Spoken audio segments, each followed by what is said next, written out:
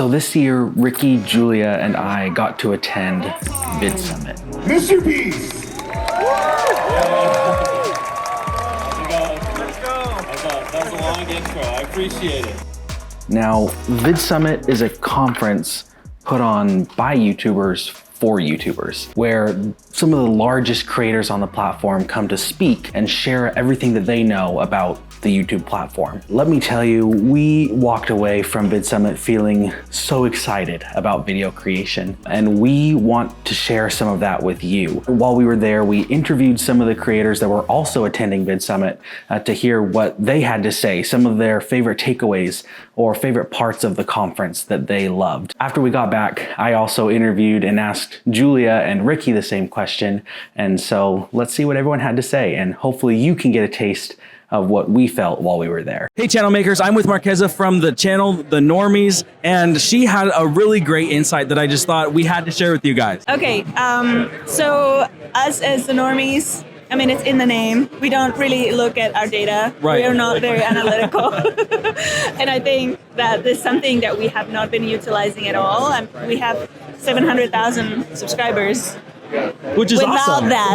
Right. So I'm just wondering where that's going to take us, you know, knowing that and having all this information. So I'm excited to bring it back to my team and apply that in practice. We're about to listen to John Yushai, has a great channel, so I'm pretty excited. Yes, same.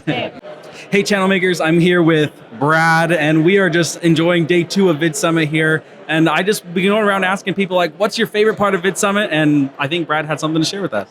Yeah, so I just saw a presentation not too long ago. It was Jordan Sloth Gaming, pretty big, and I'm a gaming channel as well, Magic Flying Potato. Very cool. And just the information he gave was basic, but it was still motivating and like, so when you're kind of hitting that downward slope where I'm at right now, he was motivating enough to be like, all right, once I'm done with this, I need to go back and really work on what my content is and stuff like that. No, that's super cool. That's awesome. So everybody, gaming channel here. What was the name again? Magic Flying Potato. Magic Flying Potato. So I'm from Idaho. Potatoes are a big thing out in Idaho, so we're big on the potatoes. All right, Ricky, what was the best YouTube advice you heard at VidSummit this year? Oh man, there was a ton of really good advice at VidSummit. I'll just share a few things that really stood out to me. The first thing that was repeated multiple times that I do agree with, that flies in the face of something I know a lot of you are feeling, is that the algorithm doesn't hate you. The algorithm on YouTube is an approximation of the audience. And so if the algorithm doesn't seem to be pushing your video, it's probably because the audience that YouTube thinks that you have, they didn't enjoy the video, they didn't click on the thumbnail, something that had to do with the audience and how they received the video. YouTube doesn't push your video, the audience sort of pulls the video, if that makes sense. So that was a huge one, and I think really, really key for us to focus on who the viewer is. That brought me to another one, a piece of advice that Michelle Kari, what she shared was to really like focus on the viewer and what unique thing do you have that you can provide to the viewer? What's something about you that's different from what most other YouTubers could actually do in their videos? Something about your personality, something about your experience. Roberto Blake talked about this a lot, like what's something that you could do where you could put in substantially more effort than others, but not necessarily meaning that you have to do a ton more work, but because of the experience that you have, whether it's life experience or career experience, as well as just things that you've been through, maybe connections that you have, whatever it is. What we need to do is we need to do a better job of leveraging what we have rather than just trying to be like everybody else. Do something that's above and beyond what most people are capable of because of whatever unique skills or unique experience you have. So many other good things. I loved Zach King's talk. Zach shared his story of getting to where he is. If you're not familiar with Zach King, look him up. His YouTube channel is amazing, very entertainment focused. But the big takeaway there is that he experienced so many failures before landing on his huge success. And man, that's so true for so many of us. So if you're struggling with feeling like something is not working, like you're failing, just recognize that like this is just one step in the path, and it's only the end of your story if you make it the end of your story. So many more good thoughts going around in my head. I loved everything that Daryl had to say. Daryl Eves is brilliant. He gave a great talk there. Way too much to try to condense down. So my biggest thing for you then is to just figure out what it is that makes you special and figure out how you can share that with an audience and then be very audience centric. Think about your viewer and make something that they're going to love that almost nobody else could really quite make. You're gonna be an amazing YouTuber. What's up, channel makers? I'm here with Dylan at VidSummit. It's day 2 here. We're super excited. Dylan, I just want to ask you, like, what's the kind of the number one takeaway you've had from VidSummit so far? Sure.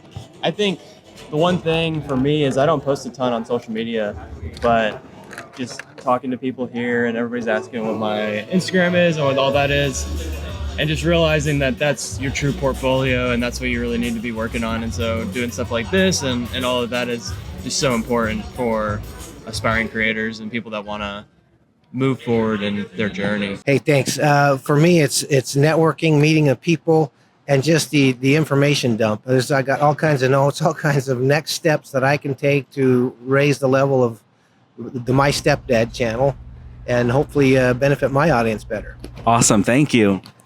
Hey, I'm Brooke from Grieving Mommy. My favorite part has been just meeting people that I am fangirling about, even though this isn't like a fan event. So meeting the people from Channel Makers that I watch all the time, that's been amazing. The speakers have been great.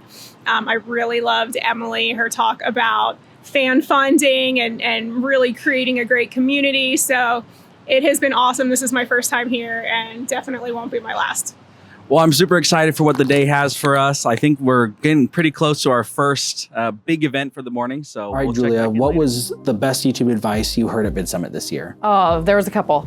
Okay, so one of them was from Patty Galloway's talk, and he talked about how 80% of your content should apply and appeal to 80% of your audience.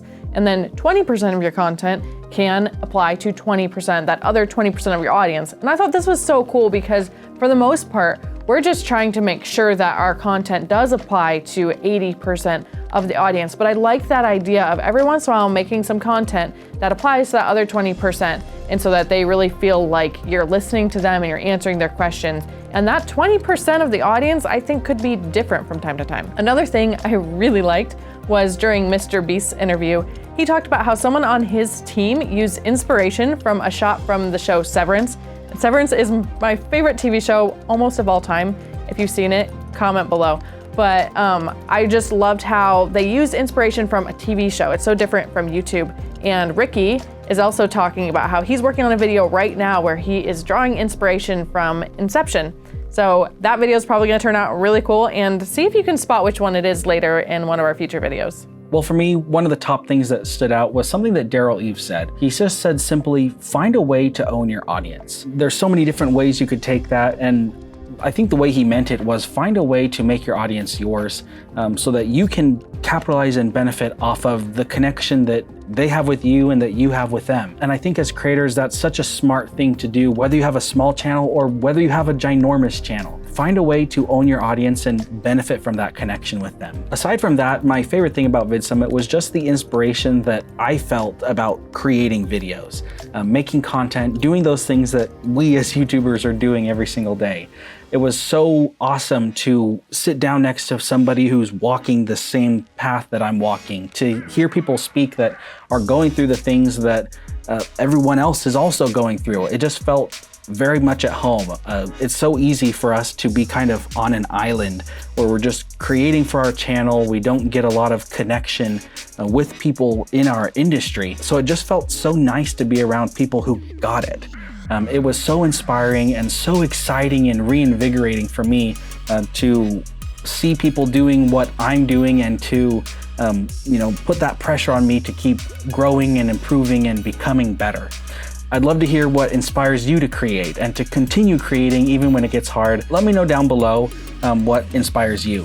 Thanks guys for watching. We'll see you in the next one.